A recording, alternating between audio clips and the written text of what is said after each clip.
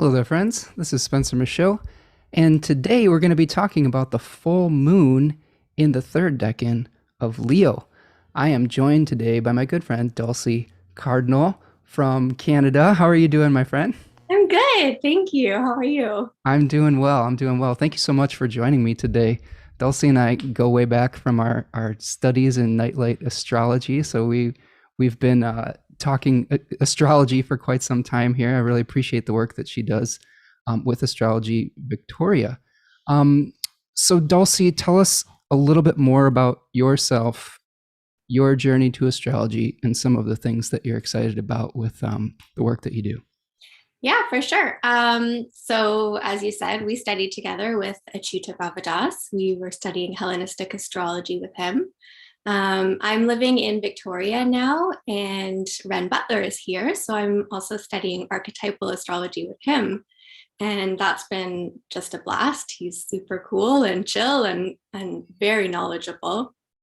And I'm running the local astrology group here, Astrology Victoria, with my friend Tatiana Hassan.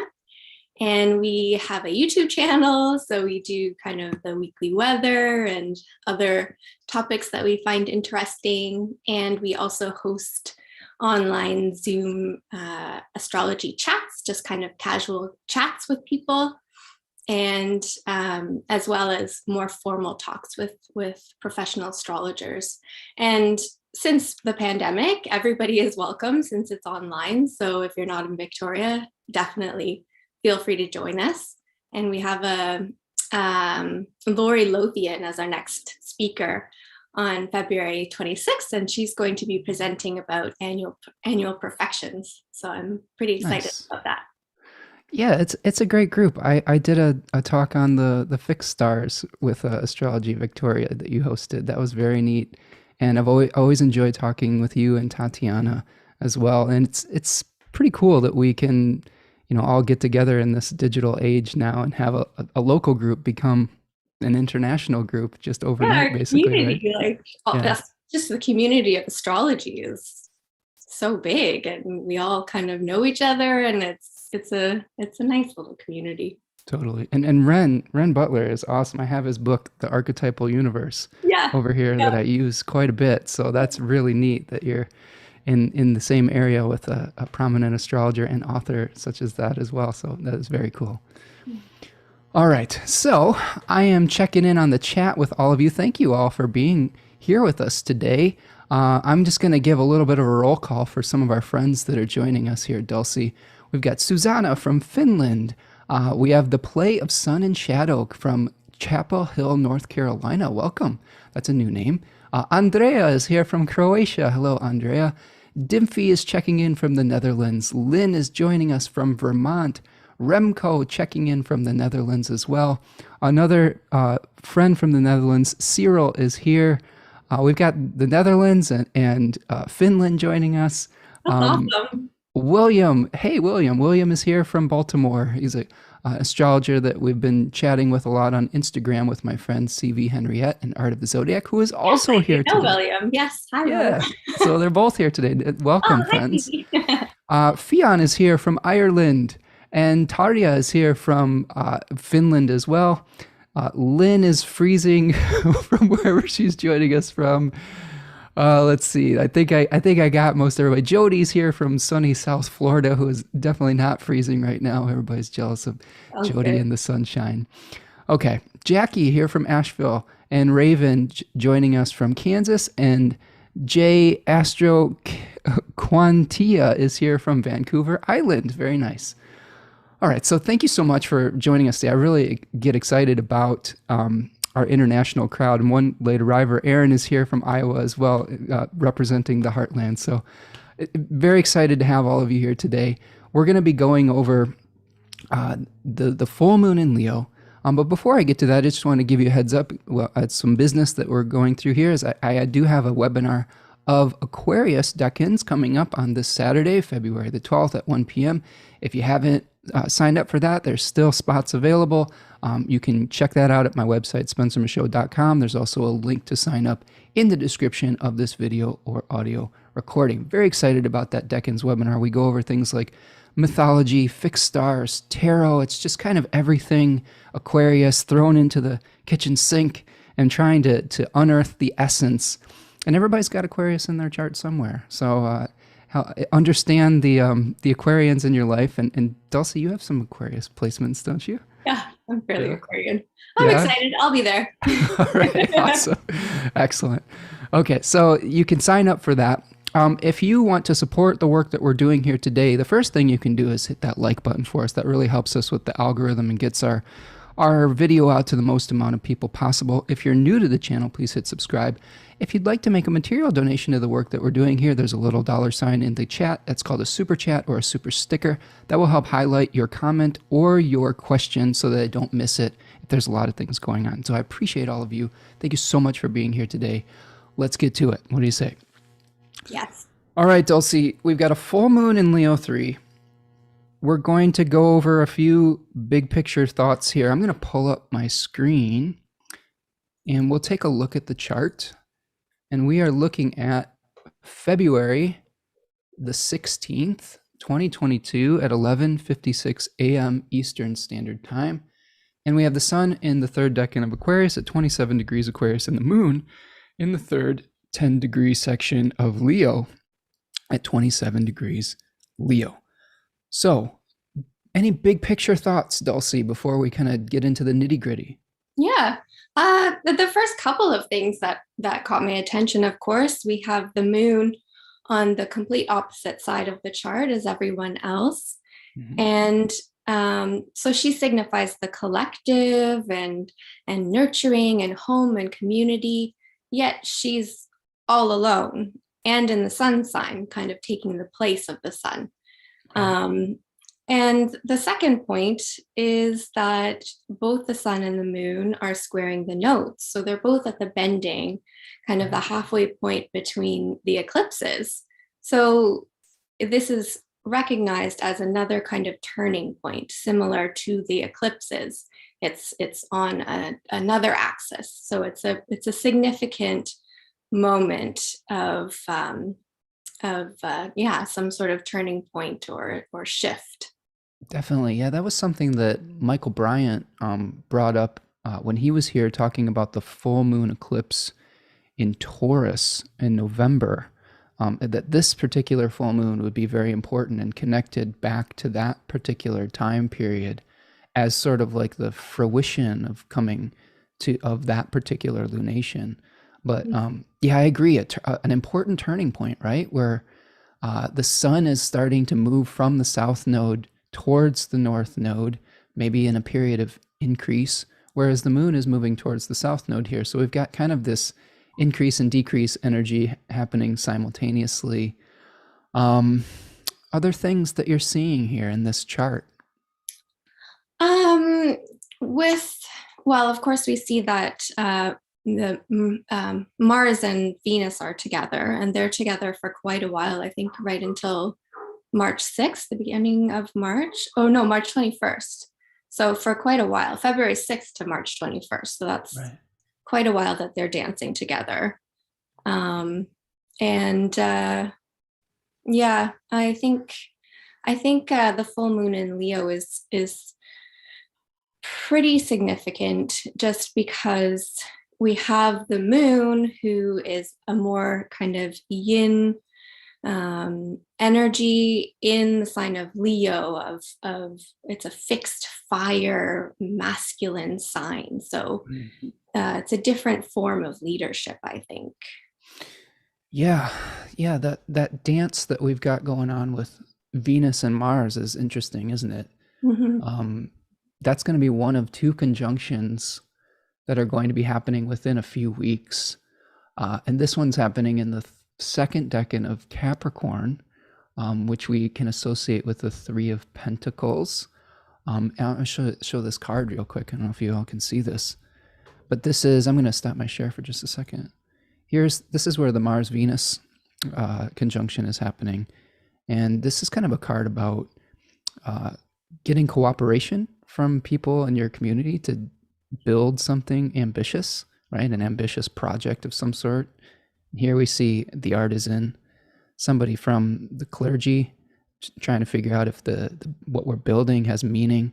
And then somebody from, I think this is from the court or from the government, saying, okay, what's the budget? What's the plan? What is all the resources necessary to get the job done?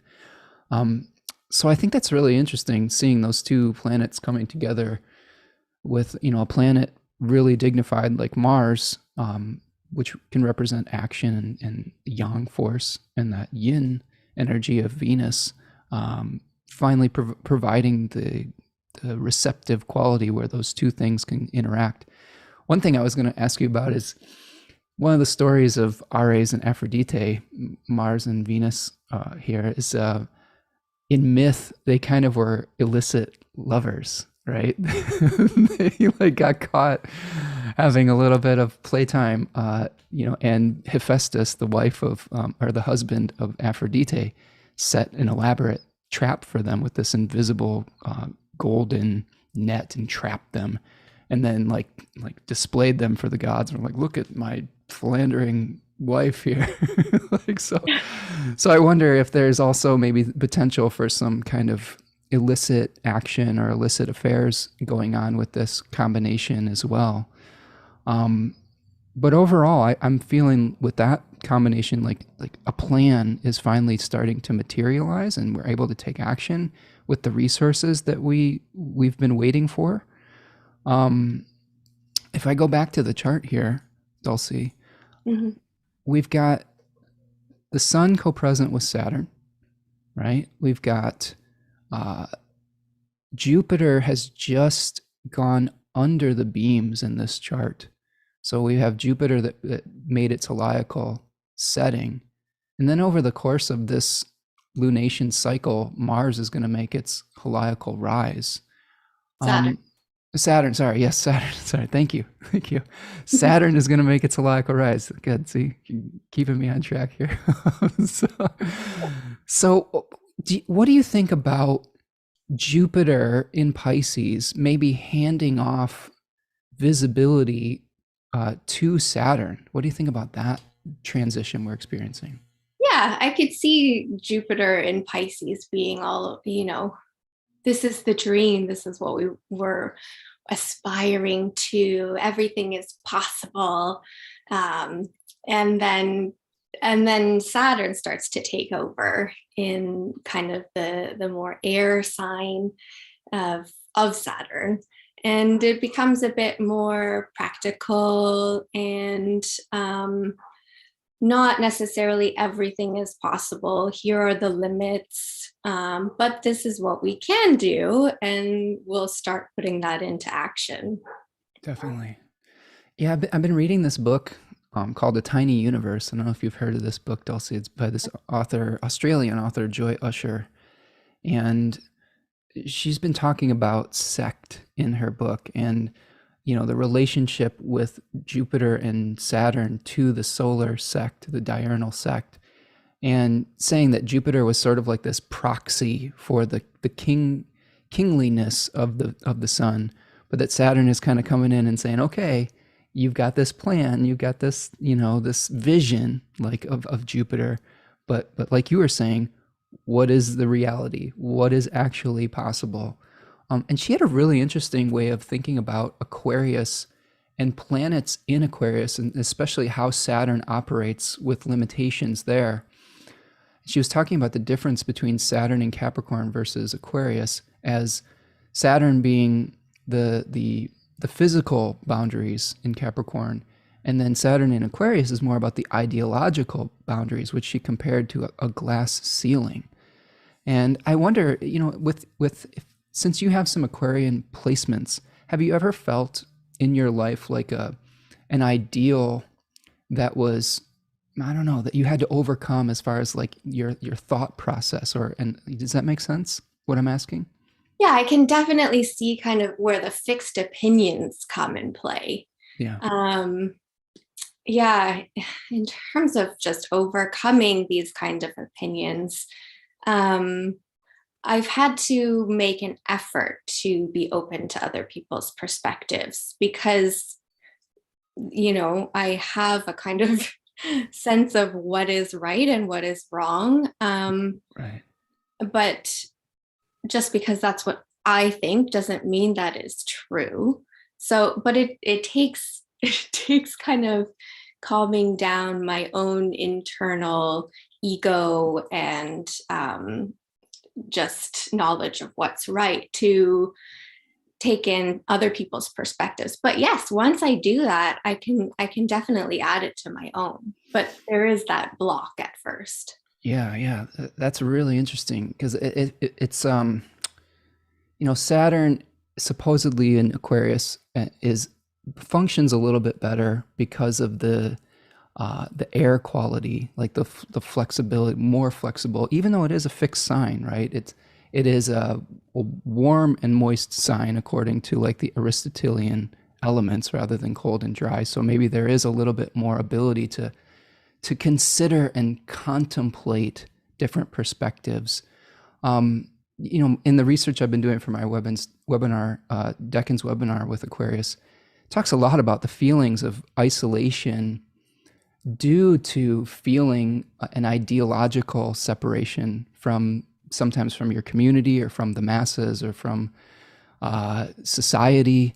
And there's a lot of themes of like being trying to because of the idealism. I think idealism is something I've really seen in a lot of stories with Prometheus, Ganymede, all these other archetypes that we might see associated with Aquarius is, and you can, it's sometimes it feels isolating because of being able to see from the top of the mountain kind of and seeing how the game is played. Do you have thoughts on that as well? Like, do you have that kind of, do you ever feel overwhelmed by the I'm frustrated all the time. frustrated? Of Yeah. course, Yeah. yes. I just, and I think a lot of people feel that way, but from you can kind of see reality from a logical perspective, and the way that it's actually functioning is Yeah. just not practical, it's not efficient, it's not effective. So yes, that Yeah. kind of Yeah. frustration comes up. That's a great man. That is a great realization there because I'm curious which. So you have did you share your chart, your Yeah, placements? for sure. Okay, so you Um, have where are your Sun, Moon, Aquarius? and Mercury are all there. Yeah. Sun, Moon, and Mercury. And which decan do you have these planets in? The Sun is at 10 degrees, so that's the first one. Okay, that's Yeah, and second decan. Second decan. oh, Yeah. second decan. Right. Okay, right. And then Mercury and the Moon are at 22 and 24. Okay, so you do Okay. have third decan Aquarius placements, and the fact that you said frustration is actually one of the key themes of the Sun in Aquarius 3. So if we were sort of breaking down some of the Aquarius decans, we've got the Seven of Swords card, and it's a figure that is sneaking away from an encampment, and they call this the Lord of Unstable Effort, but also the Lord of Futility. but, but Austin Coppock has a really interesting way of thinking about it. He calls it the knot, where part of the action of this decan is untying old karmic ties, and I think a lot of that is um, old ideas as well. It's not just physical ties to people. I think it's old idealistic things and figuring out what is truly possible and what isn't. And one of the main emotions that he associates with this is frustration and disgust, where it's There you where go. right. So I thought that was it's really fascinating. That's why I bring on certain guests that have some of these placements because they've lived it, and it's so fascinating to hear that. So um, but I think that frustration and that disgust can also lead to change, right? And can lead to liberation. So I think that that's part of this too. Um, so if we're looking at the Sun from that perspective, from this desire to leave the past behind because are feeling frustrated and maybe stuck or disappointed or disillusioned potentially, we've got the Moon getting into this decan of the Seven of Wands, which this I've been adding in this new understanding of the tarot. And I wonder, have you explored the Kabbalistic tree of life at all, Dulcie? Is that something Oh, in your toolkit yet? Yeah, it's really fascinating. It's a new thing that I'm kind of trying to wrap my head around.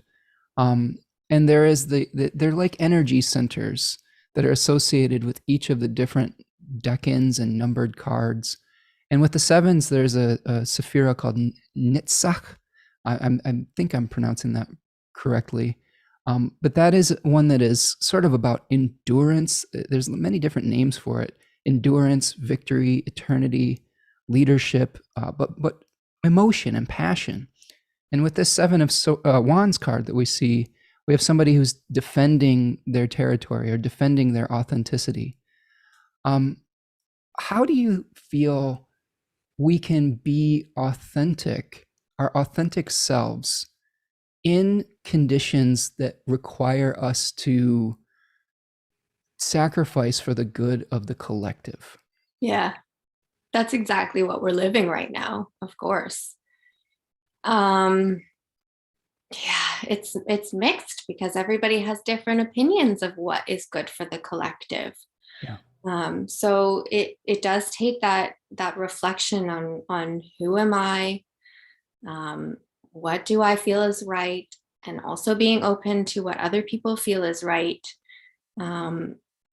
Yeah, but then it is hard to kind of go from there because they can be completely different beliefs, and there's no middle ground. Yeah.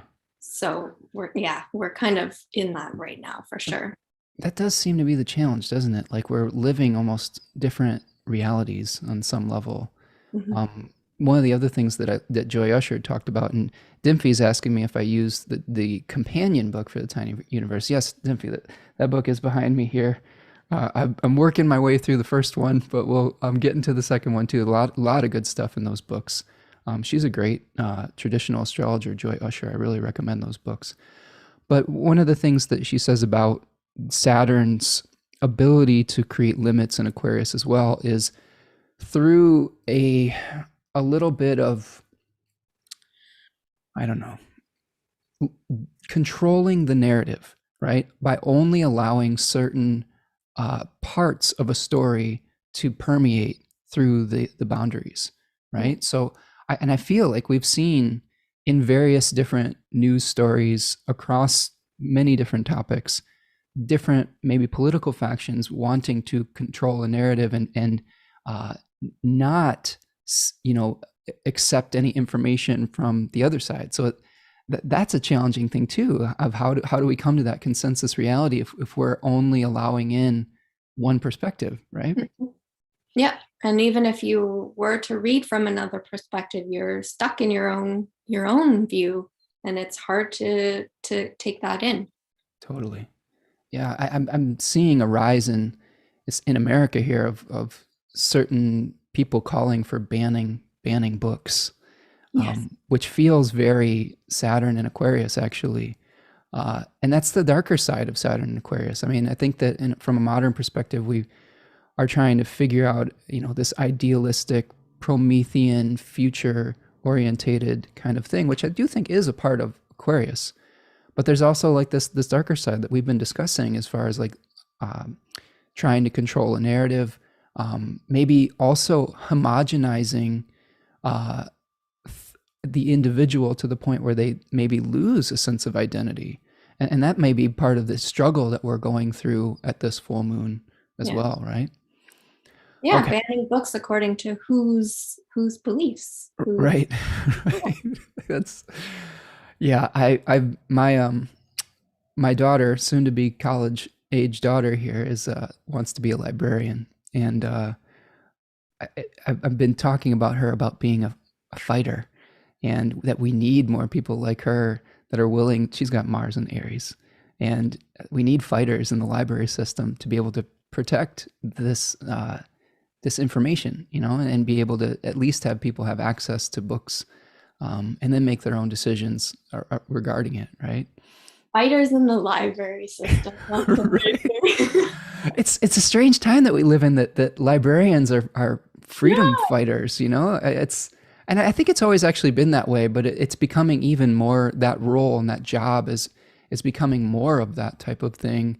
Yes, librarians can get fired if they don't take the book off the shelf. Right, exactly. So Or whatever. it's just really fascinating to see what I think a lot of people would consider a calm and peaceful type of profession Yeah. is, may now be like nurses for a long period of time. Well, that wasn't necessarily calm and peaceful, but nurses got thrust into the national conversation and were like on the front lines of things. And we may see something similar potentially with like people like librarians, that maybe protecting the ability to gain access to information. It's really fascinating to watch that play out. Everyone's getting their turn of fighting for something. Right, People right. don't normally have the role of fighting for something. Yeah. Yeah, yeah. It's so interesting to me to see it play out, and especially with this moon in the third decan of Leo, where that is a Mars ruled decan. So we've got a Mars ruled decan that the moon is going to be in, and saying, "Whoa, what are we willing to stand up for? What are we willing to let go of as well?" I think that's the dichotomy here: is should I stay or should I go? Whether it's physically or ideologically, because I think that one word that came up to me with this is, which hill are you willing to die on? That's kind of the gist of that. And there's some hills that aren't worth dying on. I remember around this period of time last summer, in the opposite full moon, where we had the Leo sun in the third decan, and I believe that the moon was full in the third decan of Aquarius. That was when the Summer Olympics were happening. And in America, a lot of the conversation was around the gymnast Simone Biles and her pulling out of the Olympics to support her mental health. So the retreat of saying, you know what, this is not worth fighting for. This is something that is taking courage to actually let go of and release. Yeah. So I think something similar could be playing out here, but maybe even from the other perspective. So maybe the courage to leave something behind, the courage to stay and fight for something that you believe in. It could be both. Yeah. I'm taking a look at the chat here, Dulcie. Lisa is saying, as a mercurial kind of person, I find myself going back and forth from group to group. I've felt an increasingly intense expectation and pressure to choose a group and conform accordingly. Yeah, that's a great observation, Lisa. But you're mercurial, so you can conform to each. You can be your own version of yourself in each group. Yeah, the flexibility of going between worlds, I think, is one of the things that, Mercury or Hermes is really skilled at. But yeah, I hear what you're saying about feeling pressure to choose a side and to conform, and that's something we've had experienced a lot over the last couple of years, is having to choose sides, and I think that can be a really difficult waters to navigate. I've seen even just family members having to, people that were normally agreeing on things having to choose a side. Rachel is here saying, hurrah, haven't missed the live. Yeah, welcome, Rachel. Thank you for being here. Remco is asking, does this full moon on the halfway between the nodes emphasize this duality and polarity? What do you think, Dulcie? Which duality and polarity? Yeah, maybe we need some clarification with that, Remco. But I'm guessing. It does, yeah. Yeah, I'm guessing that he means the polarity between staying and going, being able to stay and fight and knowing when to let go. And I think, yeah, the answer is yes. I think that, as Dulcie was saying in the beginning of the live stream here, we're at a crossroads. We're at a turning point where we sort of have to make a choice. Are we going to move towards the energy of the North Node, and are we going to stay attached to the energy of the South Node here? And how have you been looking at the nodal axis lately, Dulcie? Yeah, that's kind of what I was thinking. I do think we're going to be seeing similar themes, upcoming themes of the eclipses. So during this kind of crossroads, we're kind of halfway there. We might see the beginnings of the themes that we'll see during the eclipses.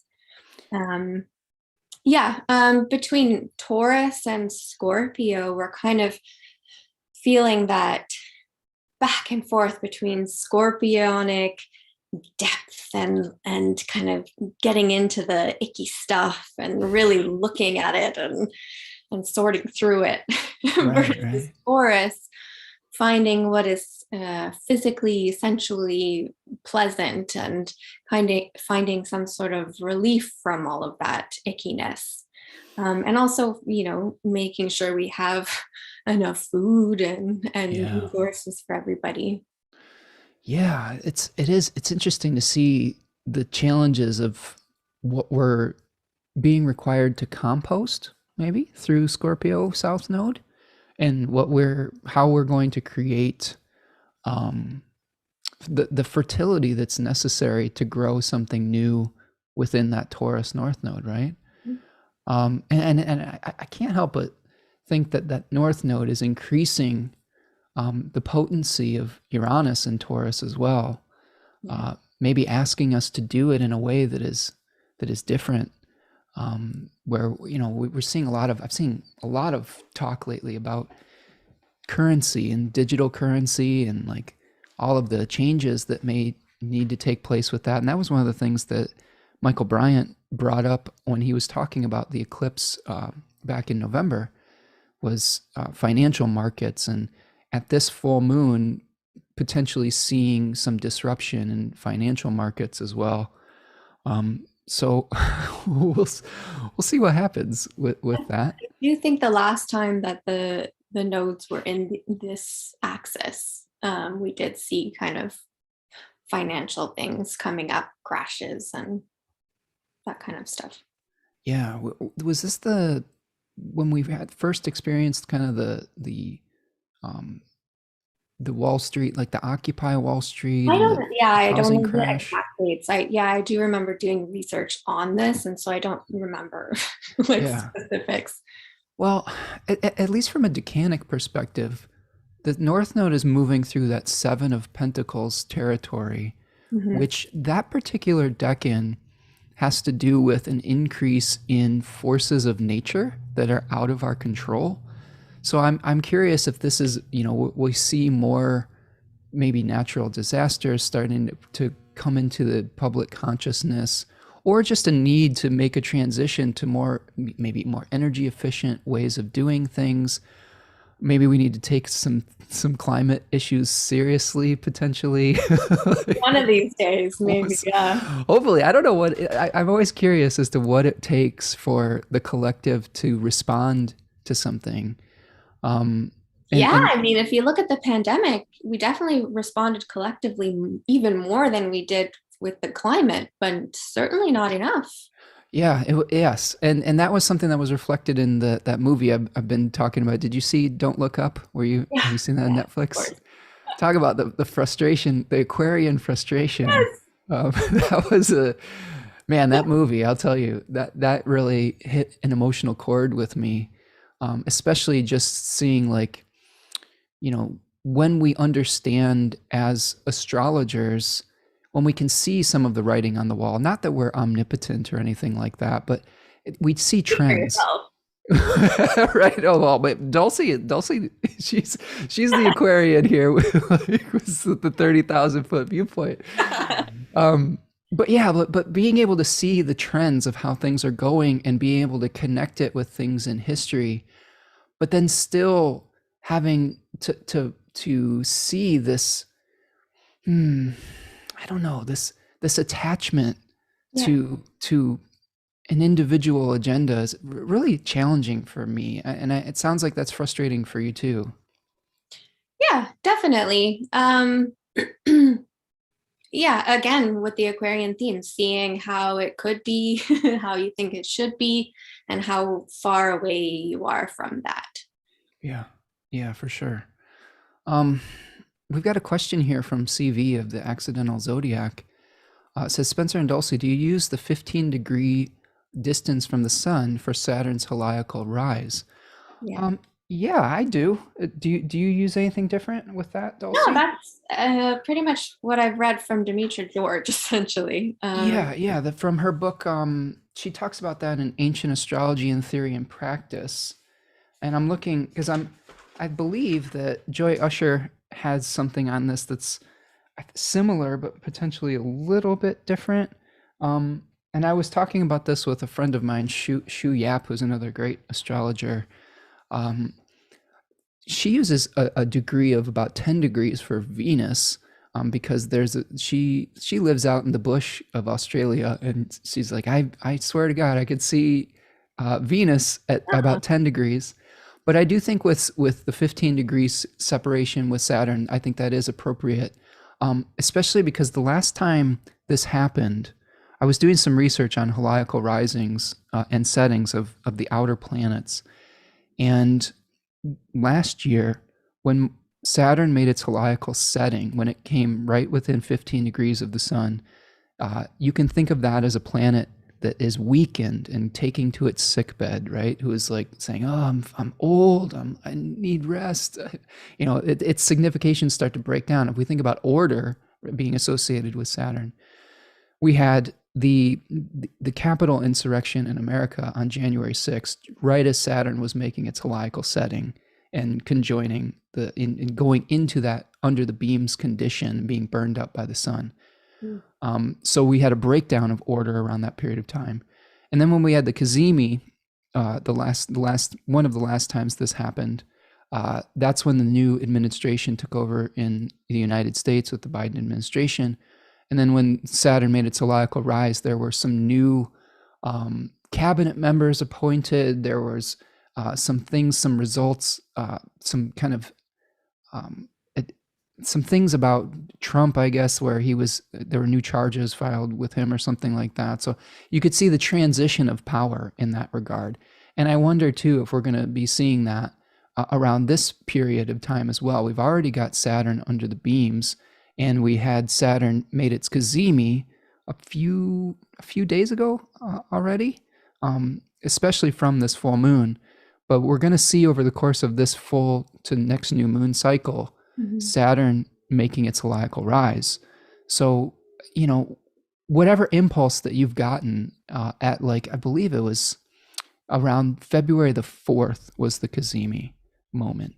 So if there's anything in particular that came up as far as like the Aquarius house in your chart, as far as something being seeded, you may see some of that come to light when Saturn makes its heliacal rise on the 21st of February. So I'll show you this. I love using this technique. This is something I think I wish more astrologers would do. So here is the distance that we've got between roughly 15 degrees of separation between the sun and Saturn. And really what this means is whenever the sun, let's say the sun is over here on the ascendant, on the horizon, on the eastern horizon, you're going to be able to see Saturn in the sky, like the physical, dull caster light of Saturn rising before the sun. You're going to be, it's literally will become visible before the sun rises. And while it's under the beams, it is invisible. You can't actually see it. The light from the sun is blocking it out. So that's a transition from an evening star Saturn to a morning star Saturn. And same thing goes with evening stars. When a planet is an evening star, like Jupiter is right now, okay, it is visible in the evening when the sun goes down at night. Now, in this particular chart, Jupiter isn't going to be visible because it's under the beams of the sun right here. So it is, I believe Dimitri George called that the lying hidden phase, right? So that's kind of where a planet is kind of in this limbo and getting ready to be reborn within the heart of the sun here. So those are some themes that we're seeing with the heliacal rise and things of that nature. Cookers, go ahead, Dulcie. I could see, without getting into opinions and such, with the Saturn emerging from the beams or being visible in the sky and a return to order. So here in Canada, we discussed a little bit ahead of time, but there's a kind of trucker movement for, trying to medical freedom, I guess that's what they would call it. People who are not wanting to get vaccinated. They Right. don't want a vaccine mandate, essentially. Right. So they've all gone to Ottawa and are in Ottawa. I'm hearing conflicting stories of how that's going on there from different perspectives, but potentially come February 21st, was it, you said? There Yeah. could be some sort of return to order where either the government, sends them back and forces them to, or they end up going back home for out of their own decision. We could see. Yeah, it's really fascinating, the timing with that. And I used an American example for last year, but we're really seeing now Canada is having a similar type of experience with a group of people that are not happy with the established, order, or the established government, or what is being required of them. Mm-hmm. It's really difficult, isn't it? Like I feel, I mean, I'm vaccinated. I believe in vaccines. I believe in science.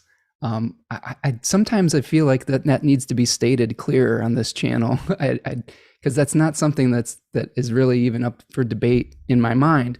I think the challenge is that it is a challenging time when we are being required to make sacrifices for the collective, and we live in two countries, Canada and America even more so, where individual freedom has, been something that is a rallying cry for I don't know, just like a modus operandi, the essence of the belief system.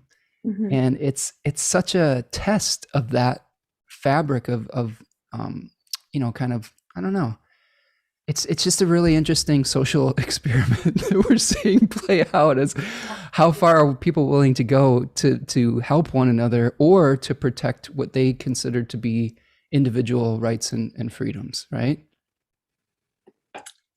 You were going to read somebody's comment. I don't want to take away from them. Okay. Cookerzilla says, how does the Leo moon feel being in Aquarius sun? How does the Leo moon feel being in the Aquarius sun? So with the sun being in Aquarius and the moon in its sign? Yeah, I'm trying to parse that out a little bit here. How does Leo moon? So the moon is in the sign of the sun. I would say that what we've got here is that we have the moon, or the host of the moon is in a place that it's uncomfortable. I think that that's one way I would say that we see this relationship here. Let's say you had a Leo moon, but the sun was in Aries. That's a completely different Leo moon than when you have the sun in Aquarius. So there, in that case, the relationship would be harmonious between the two. And one of the things that I like from Martine Hermes is that we can think of the planet in the sign itself as the potter, and the planet that is hosting that planet, providing resources, as the clay. So in this case, the moon is I believe the moon is actually peregrine, so it doesn't really have any dignity. It's just a wandering planet.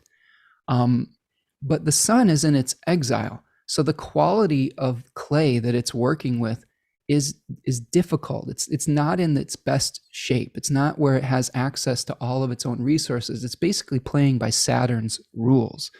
And in the Thema Mundi, Saturn and both of the lights are opposite. So there is this feeling of opposition.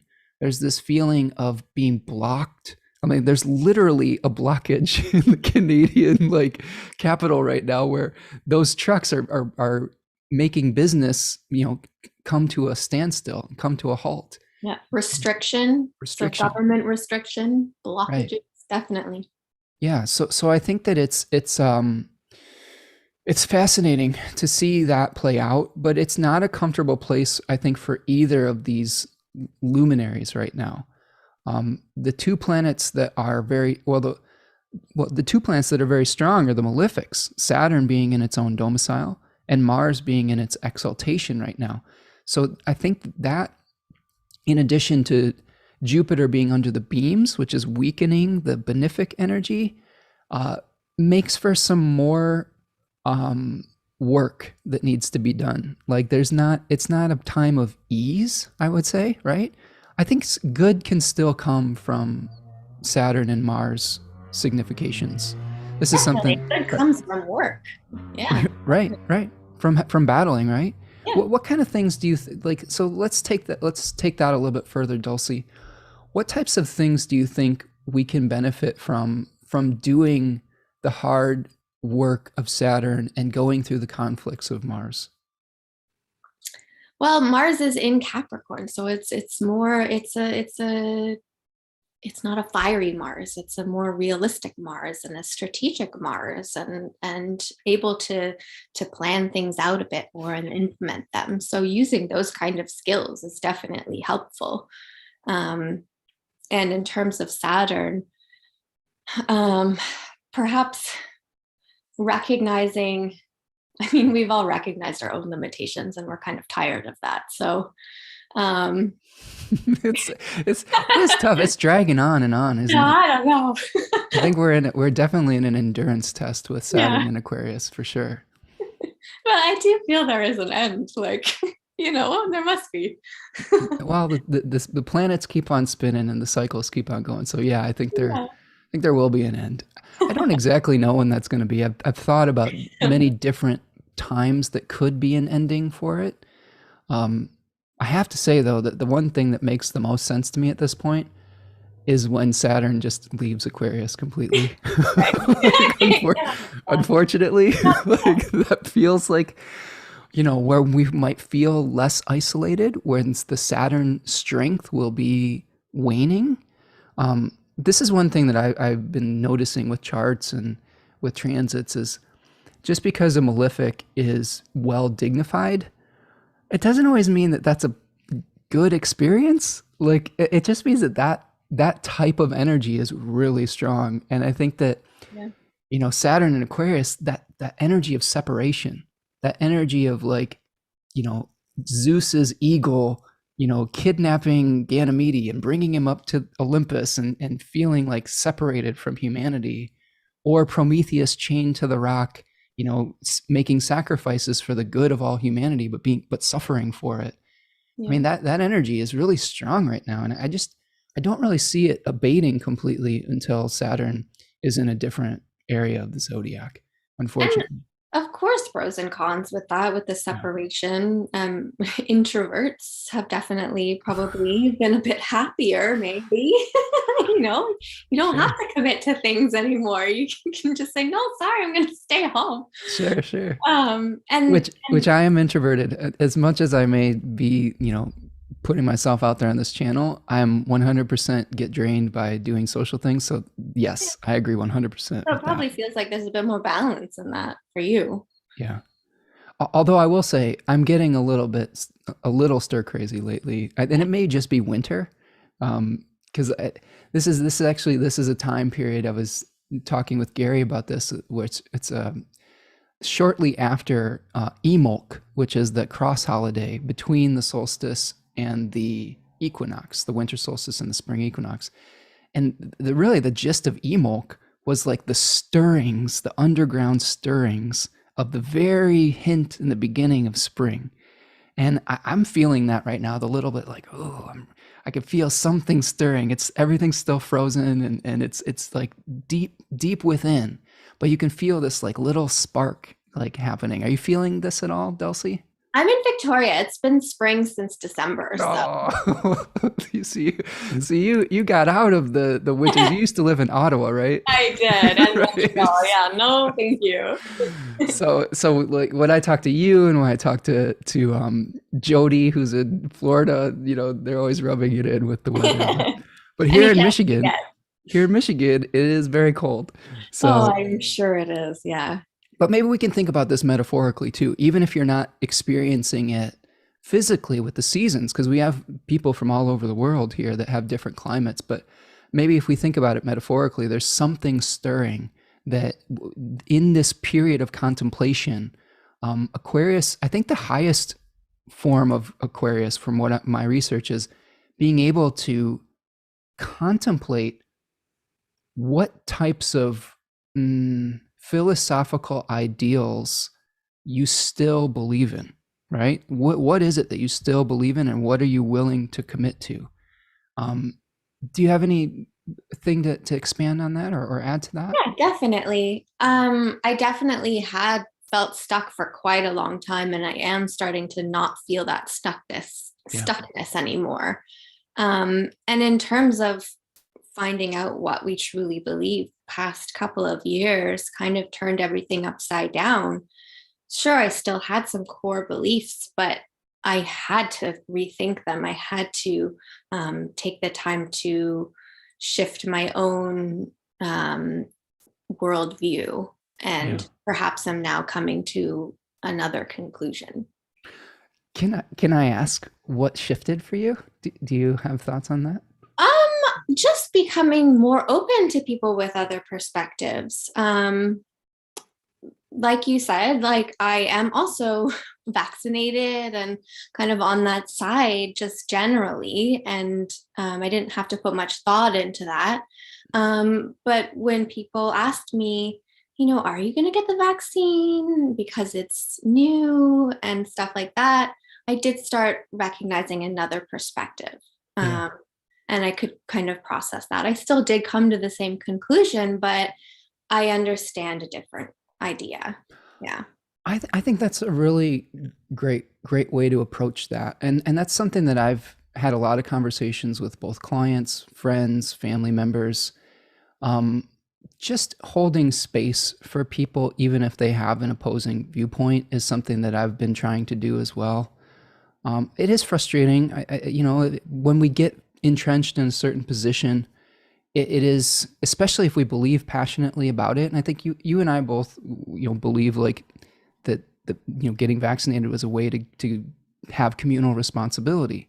But on the other hand, and I'm just playing the devil's advocate here. Yeah. This is not an endorsement of this position, but I could see that there are also other perspectives where there's a fear of an overreach by maybe, I don't know, governmental Yeah, systems or things like that. So I understand that. There's many novels that have been written about that, about, exactly. We might like, see it as temporary, but other people might right. say this is the beginning. Exactly. So there's all these novels, they're dystopian about like, governmental control and things like that. So I can understand that perspective.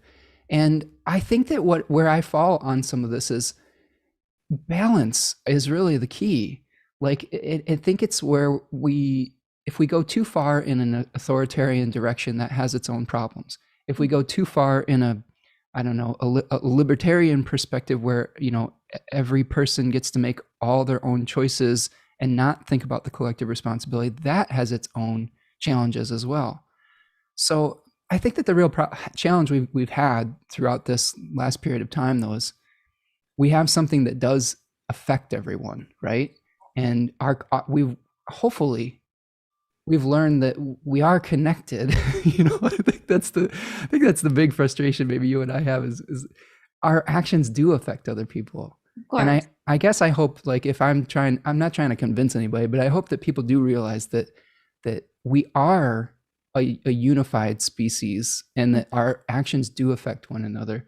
But that's really going to be the biggest discussion with this full moon, is the discussion between what is good for the most amount of people and how do we retain our sovereignty, individuality, and our point of consciousness within, a more collective experience. So, Yeah. okay, And if we're shutting people out, there's no hope of working together and finding a solution. So might absolutely. as well listen to people and understand where they're coming from and see where it goes. And And that's where this Venus, Mars can kind of help us out.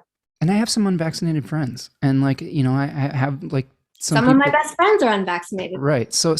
And that's the thing, like, you're so right on that. Like, and I hope that by us being transparent about it, it makes it clear that the conversation should stay open between people, whether they agree or disagree. I think that's really the most important thing moving forward, is being able to talk with one another.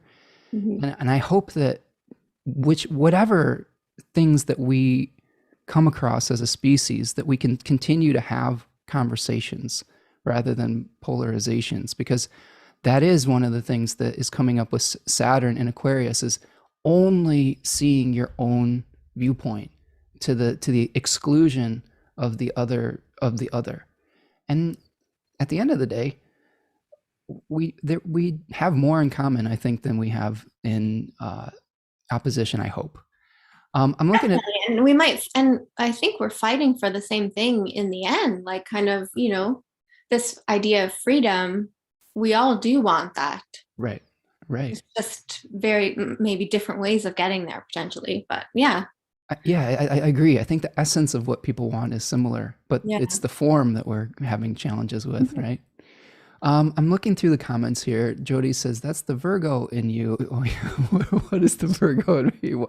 Wanting everybody to get along and see both sides of things, maybe. Lisa I don't know, saying, your Virgo comes out all the time, so it could be anything. that's true. I have a lot of planets in Virgo. I'm doing my best to see the big picture, but also pay attention to the details and stuff too. Lisa says, most people want what is right for the whole, and they may disagree on what that looks like. Yeah, that's what we were talking about, Lisa, for sure. Yeah. Rachel says, sometimes I think we can respect the passion in other people's beliefs while not sharing that belief. I agree with that, Rachel. I agree that the passion is interesting. And that's an Aquarian thing too, admiring people for their differences. They're Right. different from me. I love that. That's so interesting. Exactly. Rachel says, sometimes I think, Dimphy says, what you said in another episode about that mycelium, the mushroom roots, is so very true. Together with trees, etc., it is all interconnected. 100%, Dimphy. I like that analogy. The mycelium of the mushrooms is that we may pop up as different, mushroom forms, but underneath we have these connected networks, that we can't escape, right? That's so cute. Yeah. Lisa says, curiosity and vulnerability will heal our culture. Yes, curiosity. I like that. Being able to listen as much as we preach. I like that, the vulnerability too part, like having these open discussions. Like we're having a kind of touchy discussion online, but it's true. It does mean having these kind of conversations with each other. And totally. And Rachel says, if we can think about the experiences other people have had, we would probably come to appreciate the conclusions they come to rather than dismissing them as illogical. Very true, Rachel. Again, sometimes I like bringing up controversial topics here. Me too. I love it. Yeah, so thank you for playing along, Dulcie, and I really do love your perspective, because you have a really great way of you can talk about these things in a non-confrontational, detached way that I think is really represents some of the best parts of Aquarius, and what that sign can offer is, I think a lot of the times when we are able to not take things so personally, that's when we can find truth. But I don't know, interesting times for sure. Yeah. All right, I'm keeping an eye on the time here today, because we both have some appointments at 3:00, so we have to make sure that we're keeping on track. A couple other things that I'm seeing on my agenda here. This lunation, this full moon, is on a fixed star called Alphard at 27 degrees of Leo. And that is a fixed star in a constellation called the Hydra. It's the alpha star, the heart of the serpent. And this is actually a really intense fixed star. We're talking about passion. We're talking about intensity. This can be a fixed star that could represent toxic emotions, obsession, turbulence, ruthlessness, battling a deeply rooted desire. And in the story with Hydra, we have Hercules in one of his labors that he had to complete to redeem himself. He committed the sin of patricide, or he was driven mad by Hera to murder his family. So he went through all these trials to redeem himself after this. So he was kind of set up, but that's a longer story. But with Hercules and the Hydra, one of the main features of that is when one head is cut off, it's able to grow like 9 more in its place.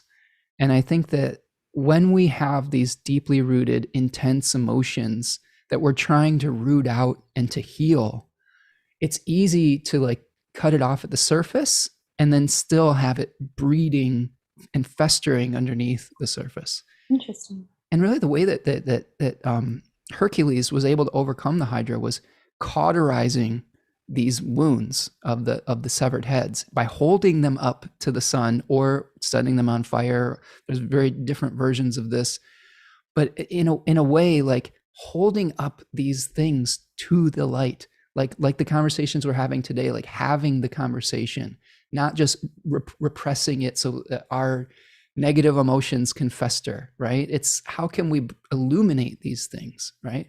So I think that at this full moon, if you have intense emotions that come up, try to bring it to the light, but recognize that there's a way to do it in a detached way that can lead to healing, right? And leading to cauterizing the wound rather than just making 9 more nasty poisonous heads sprout up, right? So that's something to keep in mind. I would say on a tangible level, Alphard was associated with poisons, with water, with bites, and emotional outbursts. So just be careful around this period of time with any things that could be poisonous, with having these types of conversations, with being able to keep a level head and things like of that nature. I think that's important moving forward. All right, Dulcie, any other thoughts on this full moon that we have here? Yeah, just on the fixed star Alphard. I don't know much about the fixed stars. Of course, you're the expert. But what I did find from Avalar and Ribeiro in their book on the heavenly spheres, that it's of the nature of Saturn and Venus. Oh. So they associate each of the stars with planets, and so it's not the most positive. It says it's associated with envy, slander, jealousy, loneliness, greed, shameful actions, and mediocrity. Wow. So be careful with those feelings. But I like what you said about kind of recognizing when they come up, because it's true. The way of overcoming them or moving through them and past them is to recognize them, not just, put on the headphones and move on, but kind of sit with them for a bit. Right. Empathy and holding space and for some of those things to, I love the analogy of bringing something to the light to heal it. That's always been something that I've really resonated with. Because really, a lot of the monsters, they fester in the dark, right? They can get, our minds can do this number on us, where when we repress things, that's when they're operating in this unconscious way, right? If we get psychological on it, when all of our actions may be motivated by this daimon, this bad daimon, maybe, like this voice that's pushing us to do something. And when we become aware of it, and I think that's one of the reasons to study astrology in general, is when we have an awareness of our tendencies or maybe of our pain also, we can find better ways to either conquer it or to work with it or to I don't know, aspire to a higher expression of it. Okay. Yeah. Let's see. I'm looking at my notes here. There is one actually interesting thing that about the daimons. Osiris is the daimon of the sun in the 3rd decan of Aquarius, which has to do with being able to reconnect severed pieces, but only temporarily. So like in the myth of Osiris, basically he was cut up by his brother Set because of jealousy or some of those negative emotions we were talking about. And his wife, Isis, had to collect these pieces and put them back together. And then she mated with the reconstructed Osiris, and then bore the child Horus, who became the new ruler. But then Osiris couldn't hold together. He had to die again. He became the lord of the underworld. So I think that one of the things I think about with this decan is being able to, revisit the past temporarily, but for the purpose of moving on, the purpose of bringing something into being in the future. So maybe you have to re-examine some of the things that are points of contention temporarily, so that you can finally be released and liberated from it so something else can be born. Right. Not Okay. trying to keep grabbing all those pieces and hold on to them forever. Right. That could be the mistake of this placement too, is trying to hold on too tightly to something, right? Think of it like the lizard too, like detaching your tail. Like your core remains, but you might have to regrow that tail a little bit, type of thing. So, thank you for the super chat, Susanna. I got a super chat from Susanna and Jody. Thank you so much for supporting the work that we do here. I appreciate all of you. Tarja T is saying greetings from Finland. I have my son at 24 degrees Aquarius, so birthday soon, couple of days before the full moon. Well, happy birthday, Tarja. And that'll be an interesting solar return chart for you this year. Yeah, have fun with that. So maybe some of the themes we've been talking about will play out for you over the course of the coming year. Dulcie, I wanted to touch briefly on the quarter moon, the last quarter moon, and then we can maybe just do a tiny preview on the new moon, and then we'll talk the animal spirit and the hexagram and wrap up our show here. You doing good on time here? We doing all right? Yeah, for sure. Okay, good. Okay, so here is the last quarter moon. And in a last quarter moon, we see the square, the 90-degree square between the two lights, the sun and the moon. We have the sun at 5 degrees of Pisces and the moon at 5 degrees of Sagittarius. Are you familiar with Dane Ridyar's work with the lunation cycle, Dulcie? Mostly from you talking about it, I believe. Okay. So he talks about the squares of the moon as these crisis points. And the last quarter moon phase, as the moon is losing light, being a point where we're sort of having an existential crisis, whereas the first quarter moon, when the moon is waxing, it's like a physical crisis of bringing something into form. Here, we're having a crisis that may lead us to release form. So at this point, we may have some kind of existential crisis between the sun in the first decan of Pisces, which is sort of about going internal and going into the labyrinths of our minds and our imaginations and feeling it's similar to Aquarius in that there's a little bit of disillusionment that allows us to search for higher purpose and meaning. And then that moon in the first decan of Sagittarius is about speed. It's about movement and external movement. So I'm seeing with this a conflict between our desire to take external action and a need to go internal to find what is really motivating us. Mm-hmm. What do you think? I can see that as well. And I do appreciate that they're both ruled by Jupiter. So I think Jupiter's touch on this aspect, even though it's a hard aspect, it's a square, and the moon is losing light. It still has the kind of blessings and helpfulness of Jupiter. Right. Positive touch on it. And Jupiter's in pretty good shape in Pisces. Yeah. And now it's co-present with the sun. I think that one of the things that I was thinking about with Jupiter, generally a planet would be weakened by being under the beams of the sun. But since Jupiter is in its own domicile or in its own sign, there is a traditional technique called being in the chariot, where it's sort of shielded, like it's got like an awning to protect it from the worst of the sun. So I think Jupiter can still do good being under the beams. It just may be a little bit behind the scenes type of thing. So the other thing that I wanted to point out about this is during this phase, we will see a square perfecting between Mercury and Uranus. So we've got Mercury that's going to be in the second decan of Aquarius and Uranus in the second decan of Taurus. So another point where we may get dug into a certain opinion, a certain, like conversation that may lead to some unexpected events potentially, right? Yeah. Do you have any Mercury squares in your chart, Dulcie?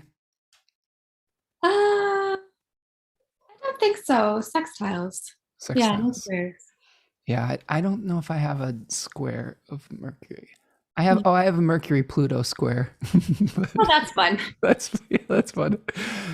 So maybe add some intensity to my thoughts and communication sometimes. But In terms of the chariot, yeah, it's Saturn also was right, exactly.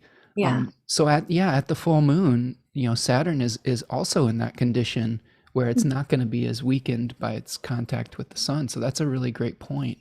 It still Um, will become visible to us, but it's I don't know that it was weakened necessarily. yeah.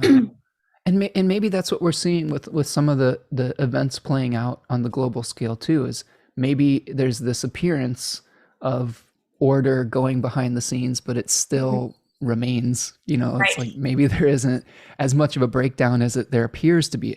And I would say, I will point that out too, that I think that may reflect the Russian-Ukrainian conflict right now too, Interesting. Yes. because we're seeing just kind of a lot of posturing around that.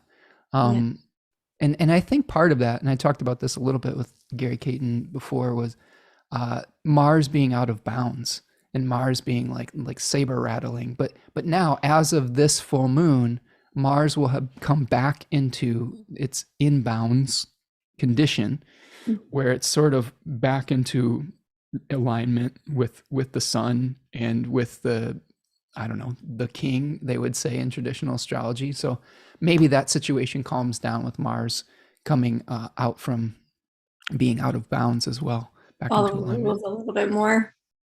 What's that? Following the rules a little Following the bit rules, more. exactly. So we'll see how that goes. Okay, so that's our last quarter moon. Maybe a little bit of an existential crisis about external and internal movement. Be careful about your communication style. Try not to get too fixated on a perspective. You don't need to shock people just for shock value. Like maybe have a reason if you're going to shock someone, but you may receive some shocking communication, though. That may be something that we could potentially expect around this period of time, something unexpected. And I will say, Dulcie, and I'm curious if this is true for you too, as much as I like to be someone who can see what is happening with astrology, Uranus still surprises me. Of You course. know, Yeah. like it still does. It's, but bar none, it's always like, it's like, whoa, I as much as I did not expect that to happen. Yeah, So the timing of the shockness was, just exact right, timing. But no, in terms of what it is, totally. often who knows? Yeah. Yeah, so we may get a heads up on something that'll happen, but we don't exactly know what it is sometimes. Uranus is always going to kind of try to fool us a little bit there. Okay, and then lastly, I'm seeing here, we'll look at one more, just touch on and preview this. I'm going to have another guest, Shannon Aganza is going to be joining me. I believe, I don't remember the date on that. I'll announce that on my social medias, but she's going to be joining me, I believe in the last week of February, to talk about the new moon in Pisces. But we've got this new moon in Pisces co-present with Jupiter. I've actually been really excited about this one. Have you Yeah. been circling this at all? I'm excited about the juiciness of everybody in Pisces and Jupiter's sign. It looks pleasant, although there is this Mars Pluto conjunction. So we do have to recognize that is still a part of it. So there may be something going on that doesn't make it this like perfect idealistic thing. But please join me and Shannon Aganza in the last week of February for that live stream. I'll just say just a little preview. This is a kind of a make-a-wish decan of Pisces, but also it's a decan where you can overestimate your ability. So if you're feeling like you're just like going for it and you're throwing all caution to the wind, I would be careful with that, because that feeling could be really prominent around that new moon, and you have to make sure that you're not overshooting the mark that could lead to a downfall. But in general, I think it's probably going to be some good energy if we stay within ourselves. Okay, Dulcie, let's wrap this up. Let's put a bow on it. Let's do it. Let's do it. So I'm going to stop my share here. Thank you, everybody, for your comments today and for stopping by and your support. I so very much appreciate everyone that stops by and the chats that we have and the contributions people have in the chat. It's a great community that we've been building here, and really appreciate all of you. Okay, Dulcie, we've got two more things to get to here. We have the oyster is our is our animal spirit for this full moon. What I do you do think like about that for a full moon too. right? Yeah. What are your thoughts on the oyster here? um, so my first thought was that it's an aphrodisiac, and so we have Mars and Venus together for quite a while. Right? But if we're not consuming the oyster, we're just appreciating it. They are the ones that create the pearls. Right. So all of this tension, all of this pressure that we're feeling, there seems to be some sort of outcome to it. We could turn into just beautiful pearls and live happily ever after. I like that. Yeah, because we've got these tiny irritants that maybe get into our craw, like, but eventually, instead of letting it destroy us, we surround it with this beautiful lacquer, and it becomes this valuable thing. So through some of these small irritants, maybe we can produce something great and beautiful, right? And through that tension, I love that. Some notes more. Each oyster itself is creating its own individual pearl as well. So we're kind of collectively doing the same thing, but on our own. I like that. I like that. So we've got that bringing in the theme of like our individual sovereignty and uniqueness and beauty within the collective, Yeah. and we're all pearls within this beautiful ocean, right? So some of the notes with oyster, I really like a book called Animal Frequency by Melissa Alvarez. So I sometimes I'll take some notes from that and it's for themes, and she talks about connecting to your inner essence, balance and peace, turning an irritant into something beautiful, like we've touched on with sand into pearls, retreating into your shell. She talks about with this, there may be a need to keep quiet and filter out some of the noise and filter out the good from the bad, protecting yourself from negativity potentially. And with that fixed star Alphard being pretty intense, maybe we do need to maybe just take a time out every once in a while. I think when we have these conversations, it is okay if you bring up difficult topics to take time to reflect on your position. I know I do this a lot because sometimes my first reaction to something honestly as a Cancer with a Taurus moon is no. Like, no. Yeah, of course. Like, And not something you want to say to right. everybody right away. Right. So it's okay to take a time out and reflect and try to come into alignment with that other person's perspective without adding to the conflict right away. I think that's really an important skill that we've lost as a community, is being able to say, I'm gonna consider that and take a time out and think about it, and I will get back to you. Like we want to fire off a comment or a thought right away, and it's really hard to do that with any sort of grace. So take a time out if you need to reflect on something. Find peace within the chaos potentially. Like a lot of the peace can come from that inner experience as well. And one other thing she points out that I think is important is that no outside force can change your true inner essence, right? So if there's things that are going on that you're feeling like scared, or you're feeling like fear, or like the collective is, on whatever side that you're on. I hate that there's sides. I mean, as a person who is such a kind of a universal thinker, this is painful times for me. Yeah. I just want everybody to get along, really. But really, all of these turnings and machinations, you have that eternal spirit soul. I know this is something that our teacher Achuta would talk about. It's connecting with the center of the wheel, connecting with the center of the hub. And, we have this eternal spirit potentially, if you can think about it in that way, and we have this this turning that just, there's going to be change, you know, but the spirit remains. So Not hanging getting on to caught that. up in the up and down and just Exactly. holding steady regardless of what's going on around you. Yeah, That's I right. remember those talks for Yeah. sure. It was intense. Yeah. So then we have a hexagram.